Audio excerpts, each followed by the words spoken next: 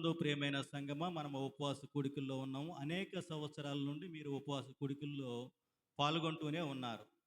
అయితే ఒకసారి నేను జ్ఞాపకం చేయదలుచుకున్నాను. ఉపవాసము అంటే ఏమిటి అసలు? ఉపవాసము అంటే ఏమిటి? ఆ పదంలోనే ఉంది అర్థమంతా.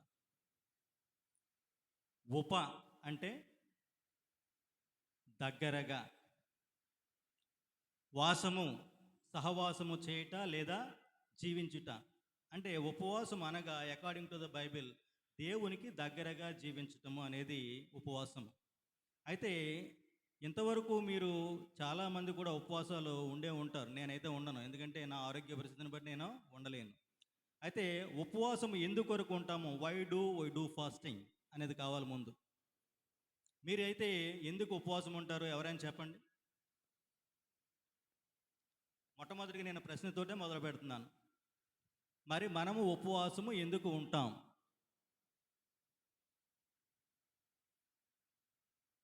ఈ సంఘంలో విస్తారమైన సేవ జరిగించబడుతూ ఉంది. చక్కగా అన్ని దైవజనులు వివరిస్తూ ఉంటారు. ఎప్పుడు ఏ కార్యక్రమం జరిగించాలో క్రమం తప్పకుండా ఆయన జరిగిస్తూ ఉంటారు. నాకు తెలుసు ఆ విషయం. ఎన్నోసార్లు ఆయన బోధించారు. మరి మీ దగ్గర నుంచి సమాధానం రావాలి కదా నాకు. మీరు అయితే ఉపవాసం ఎందుకుంటారు? ప్రవీణ, నువ్వు చెప్పమ్మా.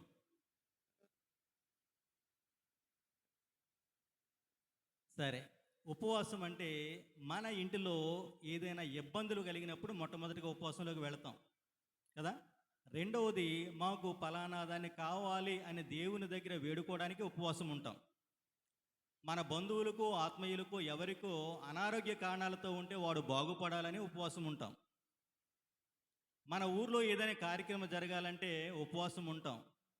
నిన్ను ఎవరైనా కోరి పలానా కార్యం జరగాలి, నా కోరిక ప్రార్థన చేయంటే, అమ్మా నేను ఉపవాసం ఉండి నీ కోరిక ప్రార్థన చేస్తామని చెబుతూ ఉంటాం కదా.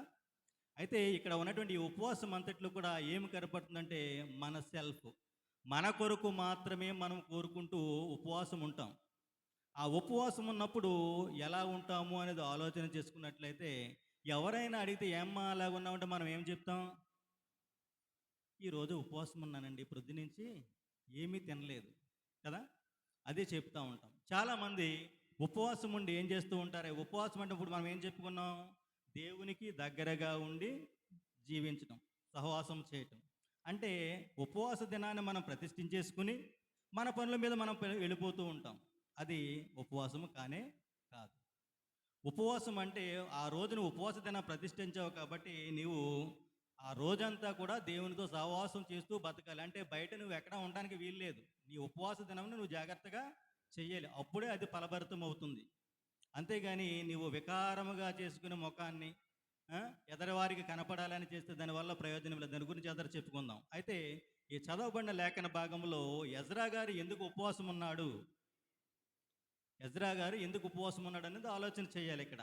అసలు ఎజ్రా ఎవరు? అసలు ఎజ్రా ఆయన ఎవరెక్కడ అని ఆలోచన చేసుకుంటే, లేఖనముల ప్రకారము ఈ ఎజ్రా గారు ధర్మశాస్త్రాన్ని బోధించేవాడు. మన భాషలోకి వస్తే ఆయన్ని శాస్త్రి అని పిలుస్తాం. ధర్మశాస్త్రాన్ని బోధించేవాడు. కానీ ఈయన ఒక బాధ్యతను నిర్వర్తించుకున్నాడు ఇక్కడ, ఒక నాయకత్వాన్ని వహిస్తున్నాడు ఇక్కడ. అంటే ఇశ్రాయేలు సమాజానికి మరి ఈ బోధిస్తూ ఉన్నటువంటి ఈ ధర్మశాస్త్రం గురించి ఆయనకి ఏమి తెలియజేయాలని ఆ బిడ్డలకి ఆయన ఆశపడుతూ ఉన్నాడు అంటే, ఇశ్రాయేలు సమాజానికి, జీవనానికి, వారి కార్యకలాపాలకి మొట్టమన్నిటికీ కూడా కేంద్ర బిందువు మోషే గారు రాసినటువంటి ధర్మశాస్త్రమే.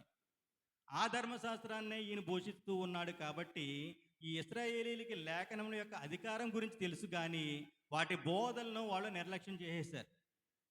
ఆ ధర్మశాస్త్రానికి ఉన్న అధికారాలు తెలుసు కానీ వాళ్ళకి దాన్ని ఏ విధంగా ఆచరించాలన్నా దాన్ని వదిలిపెట్టేశారు వాళ్ళు పూర్తిగాను. అయితే ఆ బాధ్యతను ఈయన తీసుకున్నాడు అనమాట.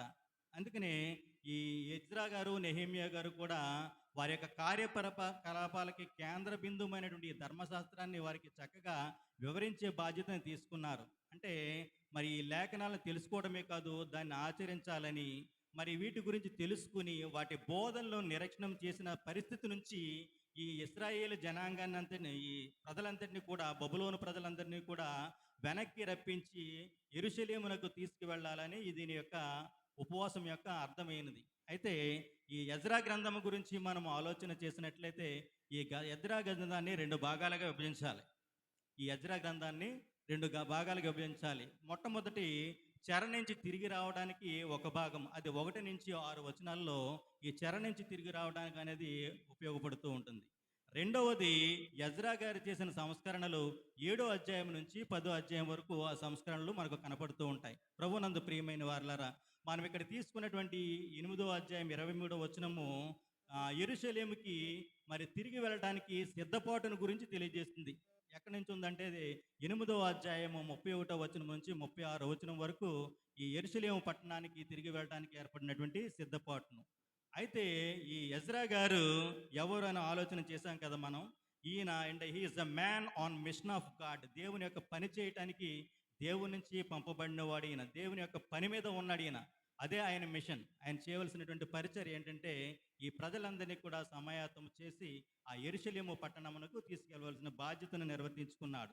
ప్రభునందు ప్రియమైన వారలారా, ఇక్కడ జరుగుతున్నటువంటి కార్యక్రమం అంతా, ఎందుకంటే ఈ మాటలన్నీ నేను చెప్తున్నానంటే హిస్టరీ గురించి తెలియకపోతే దాని యొక్క అర్థం మనకి అర్థం కాదు. కాబట్టి ముందుగా దాన్ని చదవటం కాదు కానీ ఎప్పుడు కూడా దాన్ని ధ్యానం చేసినట్లయితే ఆ వాక్యం మనకు క్లియర్గా అర్థమవుతుంది. కాబట్టి అర్థం చేసుకోవాలి. నా మెసేజ్ కొంచెం డిఫరెంట్గా ఉంటుంది. ఎందుకంటే నేను ఒక మాస్టర్ని కాబట్టి మాస్టర్ లాగానే బోధించాను తప్ప పాస్టర్ గారి లాగా నేను చెప్పలేను.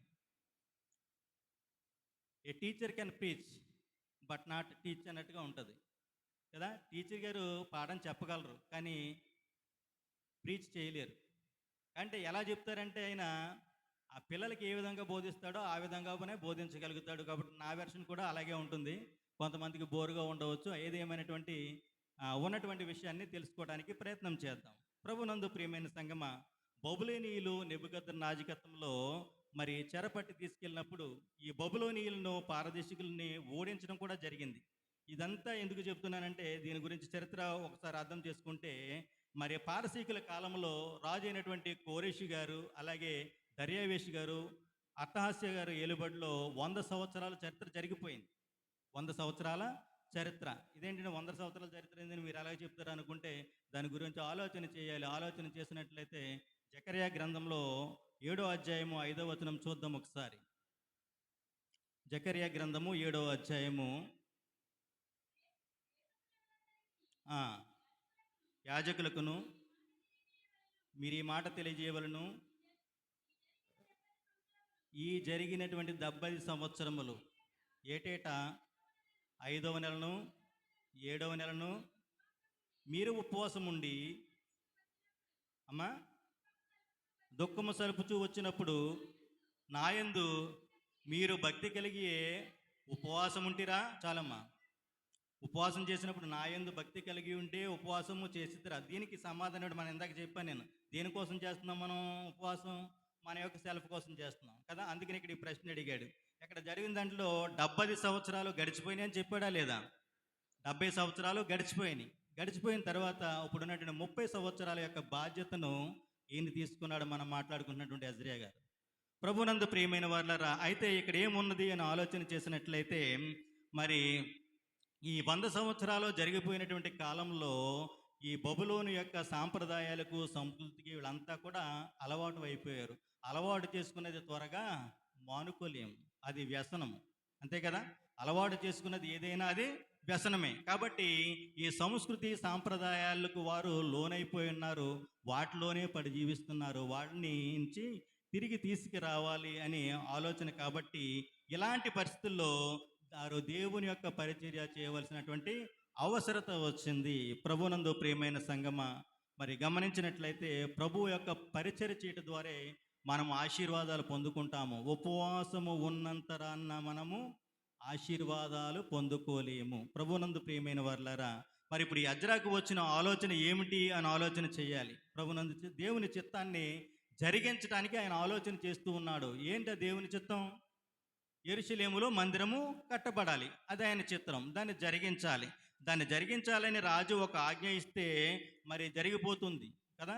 కానీ అది కాదు ముఖ్యం. ముందు ప్రార్థన అవసరం కావాలి. ఇందాక అయ్యగారు స్టార్టింగ్లో చెప్తూ ప్రార్థనే ఆయుధం కావాలని చెప్పారు. ఆ ప్రార్థన ద్వారా మనం ఏదైనా సాధించుకోవాలి. మీరు ప్రార్థన చేసినప్పుడు మీరు అడుగు వాటిని కూడా పొందుకున్నారని నమ్మాలి ముందు. అందుకనే ప్రార్థన అవసరం అనేది చాలా ముఖ్యమైనది. మరి రాజుగారు ఆజ్ఞ ఇస్తే మరి స్వేచ్ఛార్పణలు మందిరానికి కావాల్సినవి కూడా అన్నీ విరాళాలుగా వచ్చి పడిపోతాయి. అందుకని అందులో ఉంటుంది ఇక్కడ వెండి బంగారాలన్నీ కూడా తీసుకొచ్చి ఇచ్చేశారు. దాని గురించి తర్వాత చదువుకుందరు కానీ మీరు. అయితే మరి ఈ సమయంలో ఎజ్రా గారు ఈ ఉపవాసాన్ని ప్రకటించాడు. ప్రభువునందు ప్రియమైన సంగమా, మరి ఎజ్రా ప్రకటించినటువంటి ఈ ఉపవాసము ఎటువంటి ఉపవాసం చేయాలి అని ఆలోచన చేసినట్లయితే 25వ వచనంలో చూడండి, మా దేవుని మందిరమును ప్రతిష్ఠించుట విషయములో రాజును అతని మంత్రులను అధిపతులను అక్కడ ఉన్న ఇశ్రాయేలందరూ ప్రతిష్ఠించిన వెండి బంగారములను ఉపకరణములను తూచి వారికి అప్పగించిరి. ఇలా దేవుని మందిరం కట్టాలని చెప్పినప్పుడు ఏం చేశారంట, అక్కడ ఉన్నటువంటి వారికి ఉన్నటువంటి వెండి బంగారాలని చూసిచ్చేశారు. దేవుని మందిరం కొరకే కదా, మీరు తీసుకెళ్ళి దీని పని జరిగించండి అని. ప్రభునందు ప్రియమైన సంగమా, మరి వాటి వల్ల అయితే జరగదు, కానీ దేవుని యొక్క చిత్తము ఉంటే మాత్రం ఖచ్చితంగా అది జరుగుతున్నది. కాబట్టి నీవు ఉపవాసము నీ స్వార్థం కొరకు చేస్తే ప్రయోజనం ఉండదు, కానీ దేవుని ఆశీర్వాదాల కొరకు, దేవుని పరిచర్య కొరకు నీవు ఉపవాసం చేస్తే నీవు ఆశీర్వదింపబడతావు. అందుకని అంటాడు కదా కీర్తనాకారుడు 34వ సంకీర్తనలో 10వ వచనం చూడండి ఒకసారి. సింహపు పిల్లలు లేమి గలవై ఆకలి గొనును, యెహోవాను ఆశ్రయించు వారికి ఏ మేలియును కొదువై ఉండదు. ఇశ్రాయేలు పిల్లలు ఆకలి కొనరట. సింహ పిల్లలు లేమి ఆకలి కొంటాయేమో కానీ, లేక ఆకలి కొంటాయేమో కానీ, యెహోవాను ఆశ్రయించే వారికి ఏ మేలును కొదువై ఉండదు. కాబట్టి ఇక్కడ దేవుడు మనం ఆకలితో అలమటించిపోతూ ఉంటే మరి ఆయన చూసి సంతోషిస్తాడా? మనల్ని సంతోషించడు. కానీ నీ ఉపవాసం అలాంటిది కాకూడదు. అలాంటి ఉద్దేశాలను చూసి ఆయన ఆనందించడు. కానీ ఆయన పరిచర్య చేయాలని, ఆయన మహిమపరచాలని, ఆయన ఘనపరచాలని ఈ లోకంలో ఉన్నటువంటి ప్రతి విషయాన్ని కూడా మనం విడిచిపెట్టేసి ఆయన కొరకు తపన పడి ఆయనలో ఆనందిస్తే ఆయనను మనల్ని ఆశీర్వదిస్తానికి సిద్ధముగా ఉంటాడు. ఆ ఉపవాసం మనకు కావాలి. ఏ ఉపవాసం కావాలి మనకి? దేవుని యందు ఆనందించే ఉపవాసం కావాలి. ఆయనకి దగ్గరగా ఉండి, ఆయనకు అతి సమీపముగా ఉండి, ఆయనకు ప్రార్థన చేస్తూ, నిరంతరము ప్రార్థన చేస్తూ ఉంటే ఆయన నీయందు ఆనందించి ఆయన ఆశీర్వదిస్తాడు. అది అసలైన ఉపవాసంగా ఉంటుంది. అంతేగాని మనం ఆకలితో ఉండి ఉపవాసం చేయటం వల్ల నీకు ప్రయోజనం కాదు. ఉపవాస దినాన్ని ప్రతిష్ఠించాలి, ఉపవాసము ఉండాలి, అది నేను కాదని అంటలేదు. కానీ ఉపవాసం ఉంటూ నువ్వేం చేయకూడదు, అది మానేయాలి. ఏం చేయకూడదు? మొట్టమొదటిగాను చాలా ఇందాక చెప్పాను నేను ఏం చేయకూడదు అనే దాని గురించి ఆలోచన చేసినట్లయితే, మీరు ఉపవాసం ఉన్నప్పుడు మత్తయి సువార్త 6వ అధ్యాయము 16వ వచనంలో చూడండి ఒకసారి. మత్తయి సువార్త 6వ అధ్యాయం 16వ వచనంలో, మీరు ఉపవాసము చేయనప్పుడు వేషధారుల వలె దుఃఖముఖులై ఉండకుడి, తాము ఉపవాసము చేయుచున్నట్లు మనుషులకు కనపడవలనని వారు ముఖములను వికారము చేసుకొందురు, వారు తమ ఫలము పొంది ఉన్నారని నిశ్చయముగా మీతో చెప్పుచున్నాను. ప్రభునందు ప్రియమైన సంగమా, చాలా క్లియర్గా ఇవ్వబడింది ఇక్కడ 6వ అధ్యాయము 16వ వచనములో.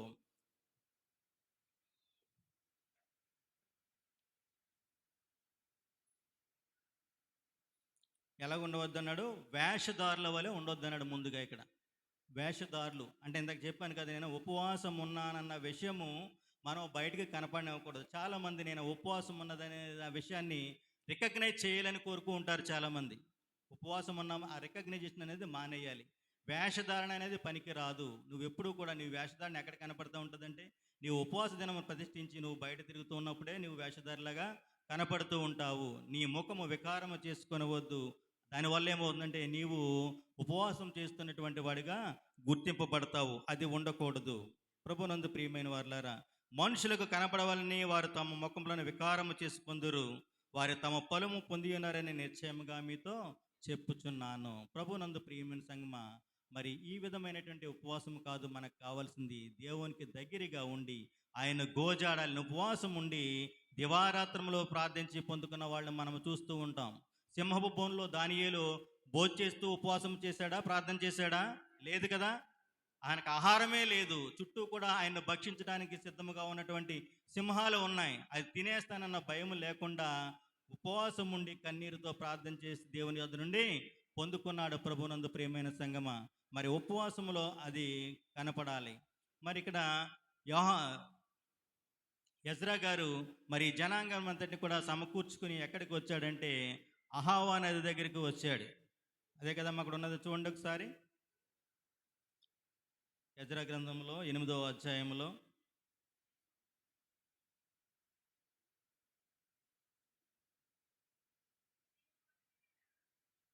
అమ్మ 15వ వచనం చూడండి. వీరు నేను అహావా వైపునకు పారు నది వద్దకు సమకూర్చుతుని, ఈ జనులందరినీ కూడా అహావా నది వరకు తీసుకొచ్చాడు.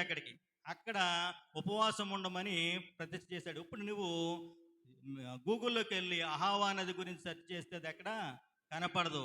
అయితే యేసు ప్రభు వారు నడయాడినటువంటి గలిలయ సముద్రం కనపడుతుంది, కానీ ఈ అహావా నది కనపడదు. అది భూమి యొక్క అంతరాళంలో ఉన్నటువంటి ప్లేట్ల యొక్క కదలిక వల్ల అది కనుమరుగు అయిపోయింది. ఈరోజు అహావా నది కనిపించట్లేదు. నువ్వు నెతికినా కనపడదు దాని గురించి. అహావా నది దగ్గరికి వచ్చి మరి ఉపవాస దినాన్ని ప్రతిష్ఠించాడు. ఉపవాసం ఉండమని చెప్పాడు. ప్రభునందు ప్రియమైన వారు, ఇక్కడ 3 విషయాలను జ్ఞాపకం చేసి నేను ముగించడానికి ఇష్టపడుతూ ఉన్నాను. ప్రభునందు ప్రియమైన సంగమ, మొట్టమొదటిది టు ఫర్గాట్ ద బబులోన్. ఇక్కడ మరి ఈయన గురించి ఆలోచన చేసినట్లయితే బబులోన్ను మర్చిపోవడానికి మొట్టమొదటగా టు ఫర్గాట్ ద బబులోన్. ఎందుకనంటే వారు అలవాటు పడిపోయినటువంటి సాంప్రదాయాలు మరి ఆచారాలు వాటినన్నింటి కూడా పూర్తిగా మర్చిపోవాలి. ఆ మర్చిపోయినప్పుడే ఈ ఉపవాసం యొక్క ఫలితం కనపడుతుంది. కాబట్టి మరి ఇర్మియా గ్రంథము 29వ అధ్యాయం 13వ వచనంలో చూడండి. ఎందుకు అవన్నీ వదిలిపెట్టేసి ఏం చేయాలన్నది ఇక్కడ కనపడుతూ ఉంటుంది.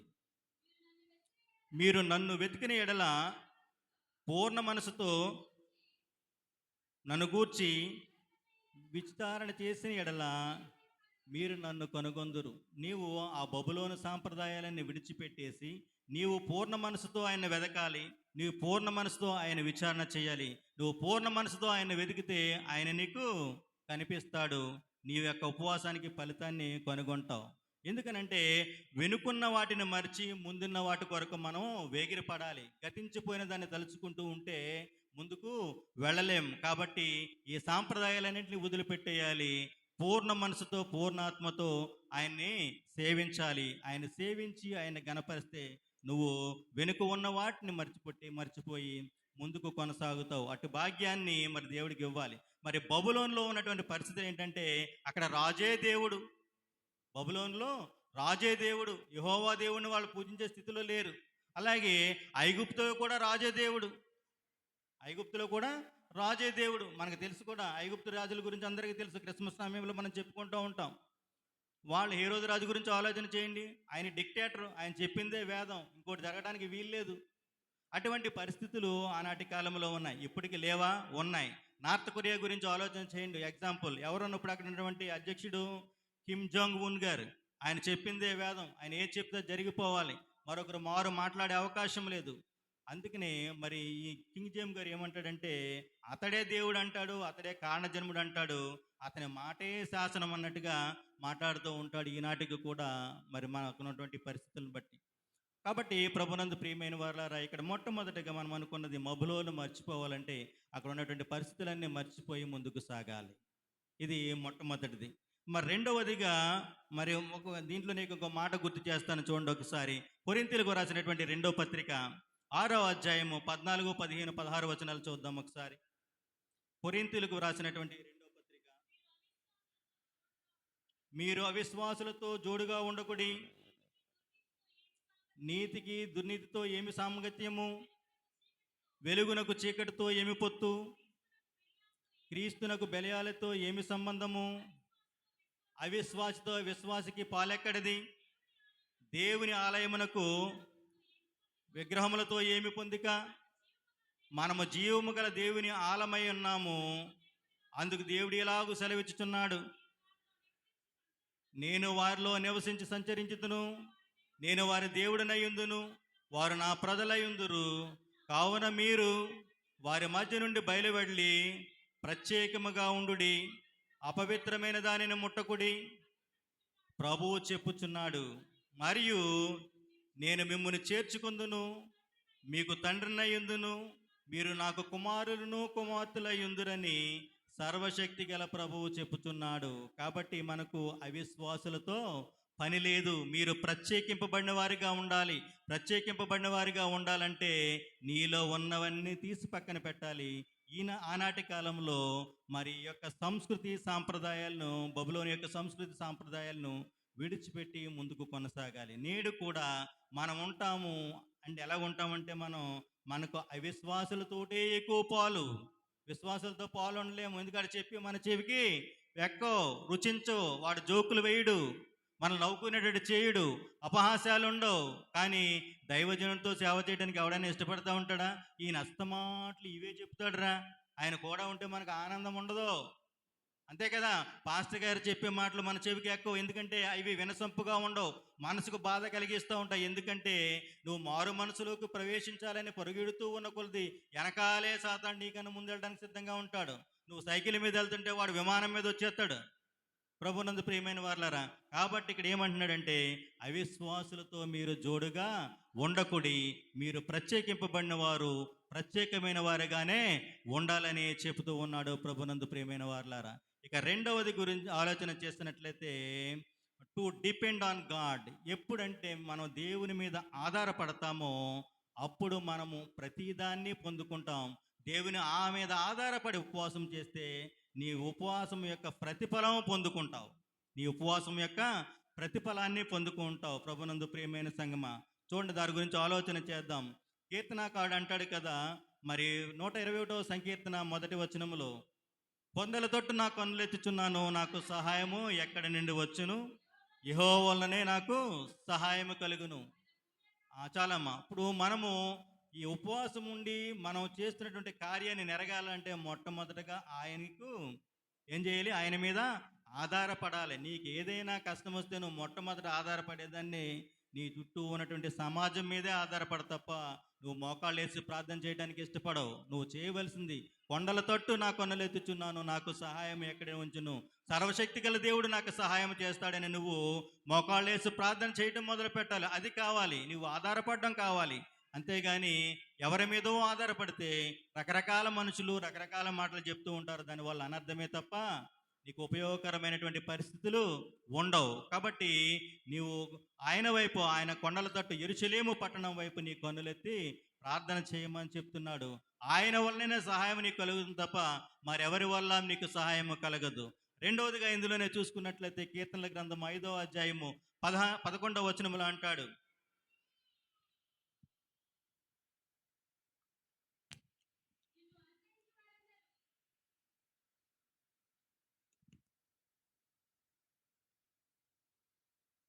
వారందరూ సంచోదించుదురు, నీవే వారిని కాపాడుచుందువు కనుక వారు నిత్యము ఆనందంతో చేయుదురు.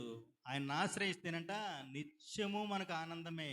ఆయన నీ ప్రయాణాల్లో కాపాడుతాడు, నీ పరిస్థితుల్లో కాపాడుతాడు, నీ కష్టంలో నీకు తోడుగా ఉంటాడు. కాబట్టి నువ్వు మొట్టమొదటిగా ఆయన్నే ఆశ్రయించాలి. ఆయన ఆశ్రయించిన నరులు సంతోషిస్తారు, వారిని ఎల్లప్పుడూ ఆయన కాపాడుతూ ఉంటాడు.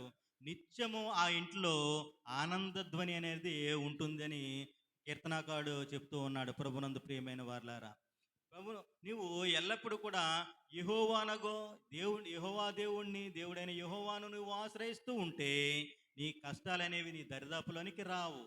ఎందుకండి నేను ఇంతకాలం ప్రతి ఆదివారము మరి దేవుని మందిరానికి వెళుతూ ఉన్నాను, అన్ని కష్టాలు నాకే అంటే నువ్వు ఆలోచన చేయవలసింది, నువ్వు చేస్తున్నటువంటి విశ్వాసములో లోపము ఉంది. ఆ లోపాన్ని సరిదిద్దుకోవడానికి నువ్వు ప్రయత్నం చేయాలి. నీకు కష్టం వచ్చిందంటే నువ్వు ఎవరిదో దగ్గరికి వెళ్ళిపోతావు, నా ఇంటి వాస్తు బాగోలేదండి అందుకే నాకు ఈ కష్టాలు. నీ వాస్తు మార్చుకోమని వాడు చెప్తాడు, కానీ నీ బుద్ధి మార్చుకోమని వాడు చెప్పడు.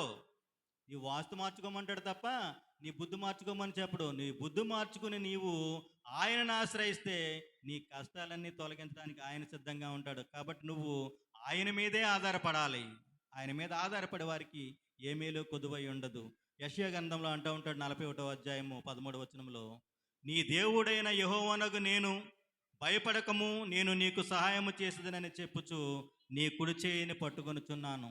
మరి మరి అనారోగ్య పరిస్థితుల్లో మరి ప్రార్థనలు చేసినప్పుడు ఎంతో మంది పొందుకున్నప్పుడు అంటూ ఉంటారు కదా, నేను దేవుని యందు ప్రార్థన చేశానండి, అయ్యగారు ప్రార్థన చేశారు, ఎంతో మంది సేవకులు ప్రార్థన చేశారు, దేవుడు నాకు సహాయం చేశాడని ఎంతో మంది చెప్తూ ఉంటారు. ఈ రోజున చూస్తూ ఉంటే ఎక్కడెక్కడో ఉన్న వాళ్ళకి నువ్వు కానుకలు పంపించేస్తూ ఉంటావు. నీ సేవకుడు నువ్వు పిలుచుకుని ప్రార్థన చేసుకోలేవు. అక్కడ ఏదో మేలు జరుగుతుందని నిన్నటిదాకా వెళ్ళిపోయారు. ఎక్కడికి? ఇస్సాకయ్య గారు తైలం కోసం వెళ్ళిపోయారు. నీకున్న సంఘాన్ని వదిలిపెట్టేసావు. ఇక్కడ నీ కానుకలన్నీ అట్టుకెళ్ళి అక్కడ ఇచ్చి వచ్చావు. అక్కడికి వెళ్ళిపోతున్నావు. ఎక్కడికి? ఒడ్డుగూడెం వెళ్ళిపోతున్నావు. అక్కడ ఈ ఆదివారం వచ్చేసరికి మొన్నే కదా వెళ్ళొచ్చాము ఒడ్డుగూడెం, మొన్న పొద్దున్న 4 గంటల నుంచి కూడా ఇస్సాక్ గారి ప్రార్థనలో ఉన్నాం కదా, ఈ ఆదివారం వెళ్ళకపోయినా పర్లేదులే, 2 సార్లు వెళ్ళి వచ్చేసాం కదా. ఇక నీకు ఉన్నటువంటి సంఘం అయిపోవాలి, నీ సంఘాన్ని కట్టుకుని నీ సంఘాన్ని మీద ఉన్నటువంటి పాస్టర్ గారు ఏమైపోవాలి. నీ ఆలోచన ఆ రకంగా వెర్రి విధలుగా ప్రయత్నిస్తూ ఉంటుంది. ఈరోజు సంఘాలని నాశనం చేయటకే అటువంటి వాళ్ళు తయారయ్యారు. మీకు అర్థం కావట్లేదేమో. మరి ఎందుకు సేవకులందరూ దాన్ని నిరోధించారంటే చాలామంది కామెంట్లు పెడుతూ ఉన్నారు. వాళ్ళకేం నొప్పి తెలియదు. కష్టపడి సంఘాన్ని సమకూర్చి 100ని ఏకతాటి మీదకి తీసుకొచ్చిన సేవకుడు ఏమైపోవాలి ఈ రోజున? ఆయన ఉన్నారు హైదరాబాద్లో నుంచి. ఆయన ఆన్లైన్ మినిస్ట్రీ పాలకొల్లో కట్టేస్తాడు, గుంటూరులో కట్టేస్తాడు, వైజాగ్లో కట్టేస్తాడు, అన్నిటి దాంట్లో నువ్వు చనిపోతే నిన్ను మోసుకెళ్ళడానికి నీ సంఘం కావాలి. ఇక్కడ నీ కానుకలన్నీ అక్కడ ఇవ్వాలి. అట్టుకెళ్ళి నీకు అనారోగ్యం వస్తే మా హాస్పిటల్లో ఉంటే నీ సేవకుడు వచ్చి ప్రార్థన చేయాలి, నీ కానుకలు నువ్వు అక్కడ ఇవ్వాలి పట్టుకెళ్ళి. అది నేటి సమాజంలో మనకున్నటువంటి విశ్వాసము. చరిత్ర మాటలో కొంచెం కష్టంగా ఉంటాయి. ఎందుకనంటే నేను ఇక్కడ చూసినటువంటి పరిస్థితులను బట్టి నేను మాట్లాడుతూ ఉన్నాను. ఇక్కడ సేవకుడు సంఘము కట్టబడి ఉంది. మన ఇంట్లో ఉన్నటువంటి అన్నదమ్ములు అక్క చెల్లెళ్ళు అందరూ కూడా ఒకే మాట మీద ఒకే బాటలో ఉన్నారా? ఉంటారా? నీకున్న 5 వేళ్ళు సమానంగా ఉన్నాయా? ఉండవు. కుటుంబం అన్న తర్వాత కష్టాలు ఉంటాయి, సుఖాలు ఉంటుంది, సంతోషము ఉంటుంది. సంఘం అన్న తర్వాత ఇవన్నీ కూడా సంఘంలోకి ఉంటాయి. చిన్న కష్టం కలిగిందని నువ్వు సంఘాన్ని వదిలిపెట్టేసి ఇంకో పెడితే 10 మంది లేని ఊళ్ళో 10 సంఘాలు.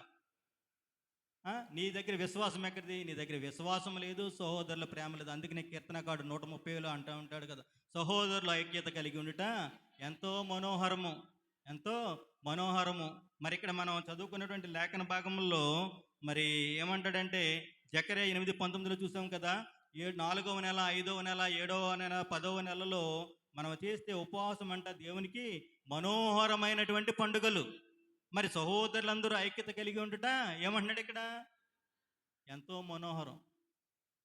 ఐక్యత కలిగి ఉండుట ఎంతో మనోహరం. ఐక్యత లేకుండా నువ్వు ఏమి చేసినా అది ఫలభరితముగా ఉండదు. కాబట్టి గమనించండి. మరి దేవుని యొక్క సేవకుని బట్టి నేను ఈ మాట మాట్లాడగలిగిన, దయచేసి ఆలోచన చేయండి. అసలు ఎందుకు దేవుని మీద ఆధారపడాలంటే ఎజ్రా గ్రంథము 8వ అధ్యాయం 22లో చూడండి. అక్కడ వాళ్ళని అడిగేద్దాం వీళ్ళని అడిగేద్దాం అనుకుంటే మరి ఆయన ఏం చేశాడు? 22వ వచనం చూడమ్మా, 23కు పైన. మేలు కలుగ చేయటకై ఆయన ఆశ్రయించు వారందరికీ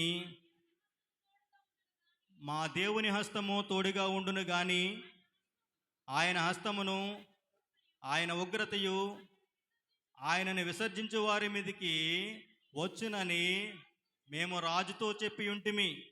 కనుక మార్గమందున్న శత్రువుల విషయమై మాకు సహాయము చేయనట్లు కాల్బలమును రౌతులను రాజునకు వద్దకు కావాలనని మనవి చేయటకు సిగ్గు నాకు తోచెను. రాజుగారిని మా విషయమై అడగటానికి మాకు సిగ్గుగా తోచింది. ఆ రాజుని అడగడం ఏంటి? సర్వశక్తి గల దేవుడు మాకుండగా ఆయన్ని మేము అడగాలని నిర్ణయించుకున్నాడు. ప్రభునందు ప్రియమైన దేవునికి స్తోత్రం చెప్పండి. హల్లెలూయా, హల్లెలూయా. ప్రభునందు ప్రియమైన వారులారా, రాజులను ఆశ్రయించవద్దు, మనుషులను ఆశ్రయించవద్దు, యెహోవాను ఆశ్రయించేవాడు ధన్యుడు. కాబట్టి ఆయనను ఆశ్రయించాలి. ఎజ్రా గారు హృదయపూర్వకమైనటువంటి ఆరాధన చేశాడు, కన్నీటి ప్రార్థన చేశాడు, పశ్చాత్తాపపడి ప్రార్థన చేశాడు, పొందుకున్నాడు.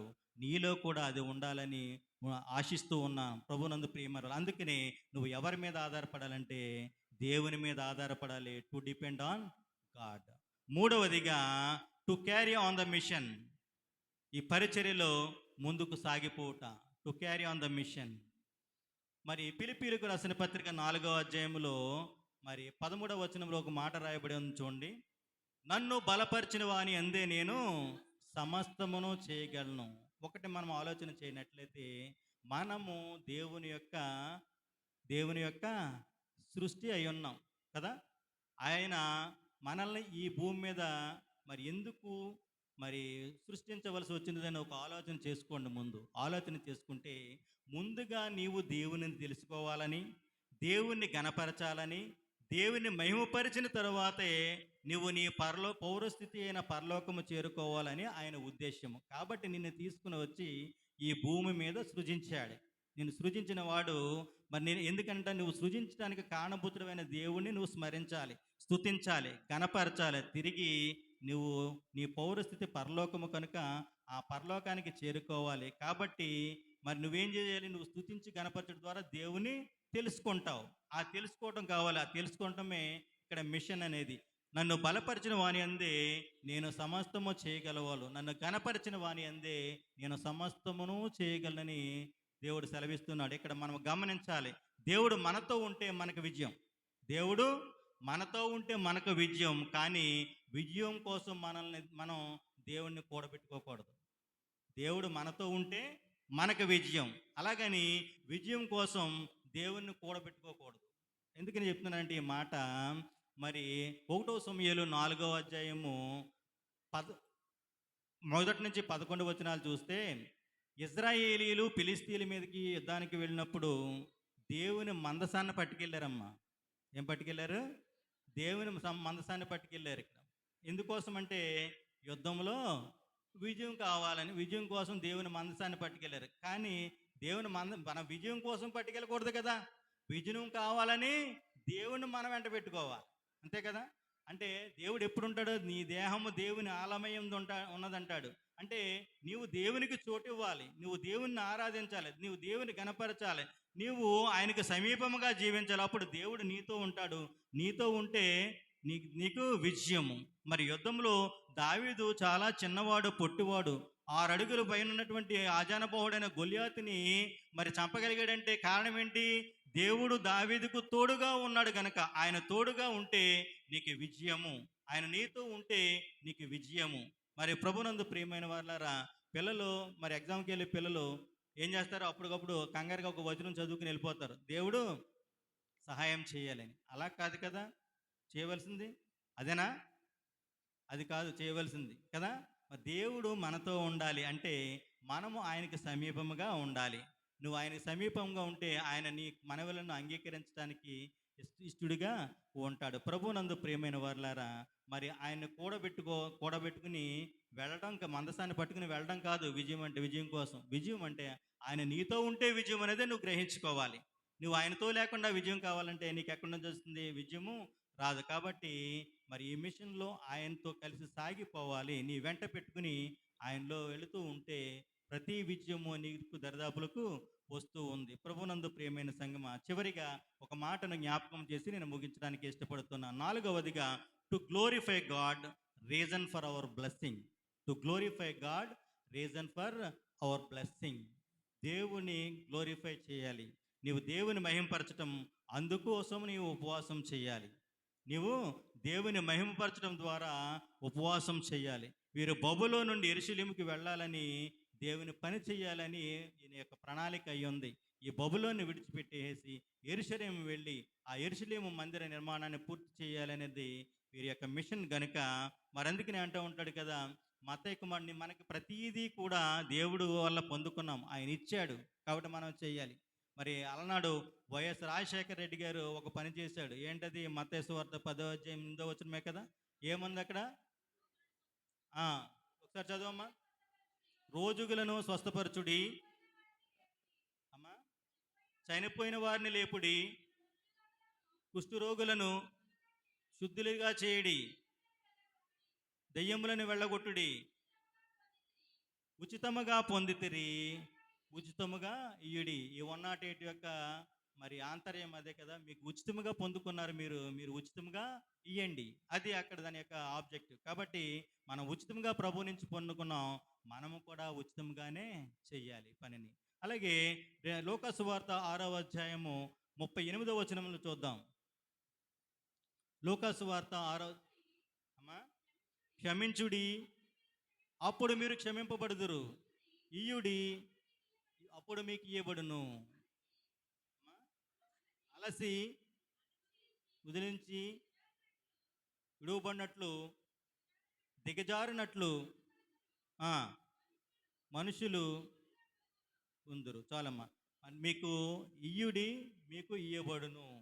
మీరు ఇస్తే మీకు ఇవ్వండి. మీరు ఇచ్చిన దాని కొలది మీ దాతృత్వము పెరుగుతుంది. కాబట్టి మీరు ఇవ్వడానికి సిద్ధంగా ఉండండి, పుచ్చుకోవడానికి కాదు. ఇవ్వడానికి సిద్ధపడి ఉండండి. ఇయ్యుడి, మీకు ఇయ్యబడును. అందుకనే ఇక్కడ హగ్గై గ్రంథంలో అంటూ ఉంటాడు కదా, అన్నీ నావే, అన్నీ నావే, మీవంటూ ఏమీ లేదు. హగ్గై 2:8 చూడమ్మ ఒకసారి. 2:8. వెండి నాది, బంగారము నాది, ఇదే సైన్యములకు అధిపతి యెహోవా వాక్కు. ప్రతిదీ కూడా మీకు వెండి బంగారముల గురించి ఆశపడుతూ ఉన్నారు, కానీ ఆ వెండి బంగారములన్నీ నావే. మరి ఇక్కడ యెరూషలేమునకు మేము ప్రయాణమై వెళుతున్నాము అని అన్నప్పుడు వీళ్ళు ఏం చేశారు? రాజును జనులను వారి దగ్గర ఉన్నటువంటి వెండిని బంగారాన్ని చూసి ఇచ్చారు. వెండి బంగారం ఇచ్చారు కాబట్టి, దేవుడు ఇచ్చాడు కాబట్టి వాళ్ళు తిరిగి ఇవ్వగలిగారు. వెండి నాది, బంగారం నాది, నీదంటూ ఏమీ లేదు. ప్రతిదీ కూడా నా యొద్ద నుండి నువ్వు పొందుకోవాలి. ప్రభునందు ప్రియమైన వారులారా, మరి ఆయన గణపరచడానికి, టు గ్లోరిఫై గాడ్, ప్రతి విషయంలో ఆయనను గణపరచాలి, కృతజ్ఞతాస్తుతులు చెల్లించాలి. సామెతల గ్రంథం 3:9 ఒక మాట చెప్తూ ఉన్నాడు, నీ రాబడి అంతటిలో ప్రథమ ఫలమును నీ ఆస్తిలో భాగమునిచ్చి యెహోవాను గణపరచుము. నీకు వచ్చిన దాంట్లో ఏం చేయాలంట? ప్రథమ ఫలమును దేవునికి ఇవ్వాలి. ప్రథమ ఫలమును దేవునికి ఇచ్చి నీ ఆస్తిలో భాగమునిచ్చి యెహోవాను గణపరచుము. నీ ఆస్తిలో భాగం అంటే మరి దశమ భాగాన్ని ఖచ్చితంగా చెల్లించాలి. దశమ భాగం అంటే డబ్బులు ఒకటే కాదు. 24 గంటల్లో దశమ భాగము 2 గంటల 40 నిమిషాలు, 2 గంటల 40 నిమిషాలు కూడా నువ్వు దేవునికి ఇవ్వాలి. అప్పుడే నువ్వు భాగం ఇచ్చినట్లు. తండ్రి ప్రభువా ఆమేన్ అంటే నువ్వు భాగం ఇచ్చినట్టు కాదు. అక్కడ కంగారుగా ప్రార్థన చేసేసుకుంటే భాగం ఇచ్చినట్టు కాదు. కాబట్టి ఆలోచన చేయండి. నీ రాబడి అంతట్లో ప్రధాన ఫలమును నీ ఆస్తిలో భాగమునిచ్చి యెహోవాను గణపరచుము. కొలసీలకు రాసిన పత్రిక 3:17 చూద్దాం. మీరు మాట చేత గాని క్రియ చేత గాని మీరేమి చేసినను ప్రభువు అయిన యేసు ద్వారా తండ్రి అయిన దేవునికి కృతజ్ఞతలు చెల్లించుచు సమస్తమును ఆయన పేరట చేయుడి. మీరు మాట చేత చేసినా, క్రియ చేత చేసినా, మరి మీరు ఏది చేసినా ప్రభువు అయిన యేసుక్రీస్తు ద్వారా తండ్రి అయిన దేవునికి కృతజ్ఞతలు చెల్లించుచు సమస్తమును ఆయన పేరట చేయండి. ఆయనకే మహిమ, ఘనత, ప్రభావములు కలగాలని చేయండి. మేము ఏది చేసినా మా యొక్క గొప్పతనం అని మీరు హైలైట్ అవడం కాదు. కాబట్టి మీరు ఆయన నామమున దాన్ని చేయండి. మరి శిష్యులు అంటారు, ప్రభువా నీ నామం పేట మేము అది చేయలేదా, ఇది చేయలేదా అని అడుగుతారు. ఎందుకనంటే వాళ్ళు చేసింది ప్రభువు నామమును బట్టే చేశారు. కానీ వీళ్ళు ఏం ఆశిస్తున్నారంటే, శిష్యులు యేసు ప్రభువారు దాన్ని గుర్తించట్లేదు అని అనుకుంటున్నారు వీళ్ళ. కానీ అది కాదు. ఆయన నిరంతరము చూచుచున్న దేవుడు కాబట్టి ఆయన చూస్తూనే ఉంటాడు నువ్వు ఏది చేస్తున్నావో, ఏది చేయట్లేదు. కాబట్టి దేవుణ్ణి గణపరచాలి. టు గ్లోరిఫై గాడ్, అది చాలా ఇంపార్టెంట్ అయినది. మరి చివరిగా ఒక మాట 2 కొరింథీయుల్లోనే 9:7 ఒక మాట రాయబడింది. చనుగు కొనకయు బలవంతము కాకయు ప్రతివాడును తమ హృదయములో నిశ్చయించుకున్న ప్రకారము ఇవ్వవలెను. సణుక్కోకూడదంటండి దేవునికి ఇవ్వటంలోను, విసుక్కోకూడదండి. బలవంతంగా ఎవరో చెప్తే ఇవ్వటం కాదు. ప్రతివాడు తమ హృదయములో నిశ్చయించుకున్న ప్రకారం ఇవ్వాలి. ఇప్పుడు ఏమైందంటే, దేవుడికి మనం ఎలా ఉన్నదంటే దేవునికి ఆఫరింగ్ ఇచ్చే వాళ్ళుగా తయారైపోం. నువ్వు నాకు ఇస్తే నీకు ఇస్తాను, నువ్వు నాకు ఉద్యోగం ఇచ్చేస్తే నా తలనెలాలు నీకు ఇచ్చేస్తాను కదా. అంటే పనికిరానిది పట్టుకెళ్ళి దేవునికి ఇస్తాం, పనికొచ్చేది మనం ఉంచుకోవటం. అది కాదు చేయవలసింది. సణుగు కొనకయు బలవంతము కాకయు ప్రతివాడును తన హృదయంలో నిశ్చయించుకునే ప్రకారము ఇయ్యవలెను. నిశ్చయనది నీకు ఎప్పుడు వస్తుంది? ఎప్పుడన్నా వస్తుంది. నీవు దేవుని మీద ఆధారపడడం నేర్చుకుంటే నిశ్చయత అనేది నీకు వస్తుంది. లేదా ఎవడొక నీకు చెప్పాలా, అది లేకపోతే నీ దగ్గరికి రాదు. కాబట్టి దేవుడు ఉత్సాహముగా ఇచ్చేవారిని ప్రేమించును. దేవునికి ఉత్సాహంగా ఇవ్వాలి, సంతోషంగా ఇవ్వాలి. నువ్వు నిశ్చయించుకున్న ప్రకారం ఇవ్వాలి. అలాగిచ్చి ఆయన సేవించి గణపరితే నీ యొక్క ఉపవాసానికి ఫలభరితముగా ఉంటుంది. ఆశీర్వదింపబడతావు. నీవు ఆశీర్వదింపబడతావు, నీ కుటుంబం ఆశీర్వదపడుతుంది, నీ సంఘము ఆశీర్వపడుతుంది. నీ ఆశీర్వాదాన్ని చూసి నీ గ్రామము కూడా ఆశీర్వదింపబడుతుంది. ప్రభునందు ప్రియమైన సంగమా, మనం మొట్టమొదట చదువుకున్నటువంటి వాక్యంలో జకర్యా గ్రంథం 8:19లో చివరిలో ఒక మాట ఉంటుంది చూడి. 8:19లో చివరిగా ఒక మాట. ఆ, ఆ, ఇచ్చినది ఏమనగా ఆ, ఉపవాసము, ఉమ్, ఉమ్, ఉమ్, పండగలు. కాబట్టి సత్యమును సమాధానమును ప్రియముగా ఎంచుకొనుడి. సైన్యములకు అధిపతి యెహోవా సెలవిచ్చినదేమనగా, జనములను అనేక పట్టణముల నివాసములను పొత్తురు. చూడండి, ఇక్కడ సత్యమును సమాధానమును ఎలా చేయమంటున్నాడు? ప్రియముగా, సత్యమును సమాధానమును ప్రియముగా ఉండుడి. సత్యము సమాధానము కావాలి. ఈ మాటలతోటే నేను ముగించడానికి ఇష్టపడుతున్నాను. యోహాను సువార్త 17వ అధ్యాయము 17వ వచనములో మనము ఆయన ఏం చేయాలంట? సత్యమందు ఆయన్ను ప్రతి సత్యమందు వారిని ప్రతిష్ఠ చేయము. నీ వాక్యమే సత్యము. సర్వశక్తి గల సంపూర్ణుడు కనపట్టి సత్యమందు నువ్వు ప్రతిష్ఠ చెయ్యాలి. నీ ఉపవాసమును సత్యములో ప్రతిష్ఠ చేయి, నువ్వు పొందుకుంటావు. రెండోది ఏంటంటే సమాధానం అంటాడు. సత్యమును సమాధానమును ప్రియముగా ఎంచుకోమన్నాడు. సమాధానమునకు కర్తయ్యకు అధిపతి అయిన యెషయా గ్రంథము 9వ అధ్యాయం 6వ వచనంలో ఉంటుంది కదా. ఏమని పేరేనికి? సమాధానకర్తయ్యకు అధిపతి. కాబట్టి సత్యమును సమాధానమును ప్రియముగా ఎంచుకొనుడి. మీ ఉపవాస దినమును ప్రతిష్ఠించుడి. దేవునికి ఇష్టమైనటువంటి ఉపవాసమును చేయడి. దేవునికి ఆయాసకరమైనది నీ జీవితంలోంచి తీసివేసి నీవు దేవునికి సమీపముగా చేస్తే, దేవుడిచ్చిన ఆజ్ఞ ప్రకారం నువ్వు జరిగిస్తే దేవుడు నీ ఉపవాసమును దీవిస్తాడు, ఆశీర్వదిస్తాడు. అట్టి భాగ్యము దేవుడు మనందరికీ దయచేసి దీవించి ఆశీర్వదించునుగాక. ఆమేన్. నాకు ఈ సమయం ఇచ్చినటువంటి దైవజనులు అగస్టినయ్య గారికి, సంఘమంతటికి కూడా ప్రత్యేకమైన వందనాలు చెల్లిస్తూ ఉన్నాను. చిన్న ప్రార్థన చేసుకుని ముగించుకుందాం. ప్రేమ నమ్మకము కలిగిన తండ్రి, మీకు వందనాలు నాయన. ఇదిగో ప్రభు, ఈ మధ్యాహ్న కాల సమయంలో మమ్మల్ని ప్రవేశపెట్టారు. అల్పుడను అయోగ్యుడు నీకు లేని వాడను ప్రభువా, ఈ ఉపవాసం గురించి నేను చేయవలసినదే చేసి ఉన్నాను. విత్తబడిన వాక్యము సాతాను ఎత్తుపోకుండా ప్రభువా నీరు కట్టి ఫలింప చేయండి, సహాయమును దయచేయండి. ఈ వాక్యమును ఫలింపజేసి మీరే ఆశీర్వదించి బిడ్డలను మీ దీవెనలతో నింపి నడిపించమని యేసు పరిశుద్ధ నామమున మిక్కిలియంతో బ్రతిమాలి వేడుకొని ప్రార్థిస్తూ ఉన్నాను తండ్రి. ఆమేన్. వందనాలు.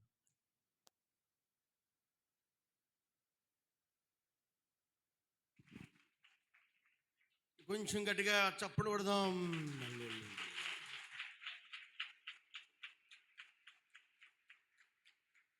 ఈ ఉపవాస కూటాలలో చక్కటి దైవ సందేశాలను మనకి ఇస్తూ, మరి మనల్ని బలపరుస్తూ, మనలను ముందు నడిపిస్తున్నటువంటి సేవకులు బట్టి మనం ప్రార్థన చేసి కోరుకుని ప్రార్థన చేసుకుని